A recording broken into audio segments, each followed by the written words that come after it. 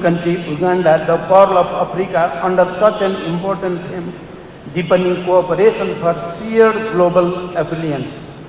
I bring the message of peace from the birthplace of Gautam Buddha for the success of this summit at a time when peace is much needed element for shared prosperity. Let me first extend my heartfelt congratulations to Mr. Chairman on assuming the great responsibility of steering our historic movement under your dynamic leadership. I am confident that NAM will achieve newer heights of strength, solidarity, and cooperation. I also express my sincere gratitude to the government and the people of the Republic of Uganda for the warm welcome and generous hospitality extended to us since our arrival to this beautiful city of Kampala. I join fellow leaders in acknowledging the commendable work of the outgoing chair, the Republic of Azerbaijan, for successfully hosting the 18th NAM Summit and advancing the movement despite the challenges posed by COVID-19 pandemic. Mr. Chairman, NAM has come to a long way since 1955 when the Bandung Afro-Asian Conference was held and the seed of NAM was sown. The movement has been instrumental in achieving political independence, freedom, decolonization, and sovereignty for many countries in the world. It has remained a beacon of hope for our dignity, pride, solidarity, and cooperation. Though the movement has continued to struggle for a just, equitable, inclusive, peaceful, and prosperous world order, today's world is full of injustice, inequality, division, discord, and exclusion. Moreover, protectionism, violent extremism, and war and conflict are on the rise. Likewise, military expenditure and the arms race are soaring. Since the last summit, enormous challenges befell humanity with the death, deprivation, displacement, and destitution of millions of people due to COVID-19 pandemic, among others. Indeed, post-pandemic recovery has remained slow, skewed, and uneven, hitting hardest the poorest and weakest segment of society. This is further exacerbated by the triple planetary crisis. Similarly, the attainment of sustainable development goals, which are critical to our people in ushering in an era of hope, dignity, and decent life, seems mission impossible. Likewise, the global financial architecture must be reformed to enable countries in special situations to secure finance in achieving their development vision and goals. To provide development justice to these countries, the developed countries must fulfill their financing commitment without delay. Similarly, international trade must be just, fair, and inclusive, which benefits the bottom billions. Globalization, as we believe, has not lifted all boats uniformly. Rather, it has increased income disparities and concentration of wealth in the hands of few countries. Global North must understand that it is not only unethical and immoral, but is also unsustainable to leave half of humanity excluded from the journey of prosperity. NAM must stress on the economic development and prosperity of its members through the timely achievement of 2030 Agenda for Sustainable Development and other internationally agreed development goals.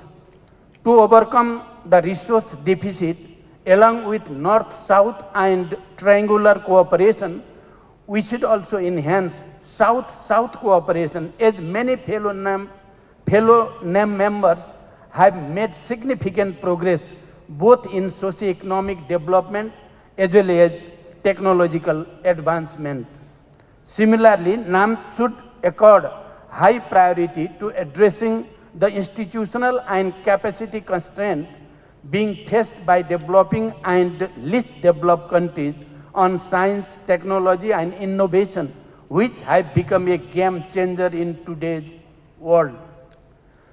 NAM should play a greater role in reforming the United Nations. Our multilateral institutions should be inclusive, transparent and democratic to ensure enduring peace and shared prosperity.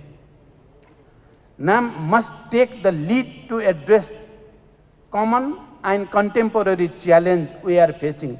Mr. Chairman, the history of human civilization has abundantly taught us that it is only the cooperation through which humanity can achieve greater and better. NAM itself stands for deepening solidarity, fraternity and cooperation. We must strive to achieve shared affluence through stronger collaboration among ourselves. Prosperity cannot be the privilege of a few. It must be for everyone and every country. We must create a level playing field within and among the community of nations so that global affluence will be shared as equitably as possible. The consequence of old and new conflicts have engulfed not only the region but also the entire world, particularly the global south. This is the high time that we find an enduring solution for peace and security through political dialogue and diplomacy with respect and dignity for all. As the most representative organization after the United Nations, the movement must play a defining role in establishing a just, equitable and prosperous world for security, stability and prosperity. NAM's timeless values and principles have remained sacrosanct to us and adherence to which has been guiding us to achieve a peaceful, harmonious and prosperous world. Mr. Chairman, Nepal pursues independent, objective, balanced and non-aligned foreign policy. Our foreign policy is based on sovereign equality, mutual respect, mutual benefit and peaceful settlement of disputes. Principles of non-alignment constitute one of the fundamental tenets of Nepal's foreign policy. Nepal believes in the eternal truth of peaceful coexistence as taught by the icon of peace, Gautam Buddha. Likewise, unity in diversity and Vasudhaiva Kutumbakam, meaning the world is one family, have been the way of our daily lives. These values are deeply rooted in our socio-cultural ethos since time immemorial. As a peace-loving nation, Nepal deplores all kinds of conflicts and geopolitical rivalries in the world. The conflict situation in Ukraine and Gaza is deeply distressing. Nepal looks forward to seeing a peace and stability in the Middle East with a two-state solution for Israel and Palestine, living side by side in peace and security within secure and recognized international border based on relevant United Nations resolutions. At home, Nepal is close to concluding its unique, nationally owned and homegrown peace process. We are determined to secure enduring peace through resolving transitional justice once and for all. As a leader who emerged from conflict, I believe that peace is possible and so is addressing historical, socio-cultural and economic injustice both within nation and globally, provided our strong faith and willingness. As a graduating LDC, Nepal is facing multitude of challenges in her development efforts. As the chair of LDC, I call upon the international community for an enhanced level of cooperation to support the LDCs in letters and spirit of cooperation to get them out of the vicious cycle of poverty and to drive them to the path of prosperity. Mr. Chairman, coming from a mountainous country, I must say something about the mountains amidst this august gathering here. Mountains are the home of 15% of the global population and 50% of Earth's biodiversity. These mountains offer global service to all living beings, but they are suffering tremendously. Nepal has been advocating for the protection of mountains, biodiversity and mountains ecosystem and people living therein. We have witnessed the disastrous impact of climate change on the Himalayas in the form of receding glacier at an alarming rate and the untold misery it would bring to the lives and livelihood of billions. Protecting the mountain ecosystem, mountain civilization and biodiversity is in our shared interest.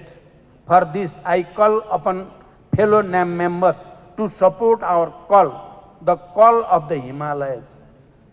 To conclude, Mr. Chairman, let us reaffirm our commitment to the values and principle of non-alignment and avoid any double standard amongst ourselves. Let's work together with utmost sincerity, harmony, solidarity and cooperation for our shared affluence. Let us reinvigorate NAM to make it a force to be reckoned with, to build a just, equitable, peaceful, sustainable and prosperous world, leaving no one behind. Finally, I appreciate the fruitful deliberation and adoption of final document and Kampala declaration produced by the ministerial meeting. Thank you for your attention. Thank you very much.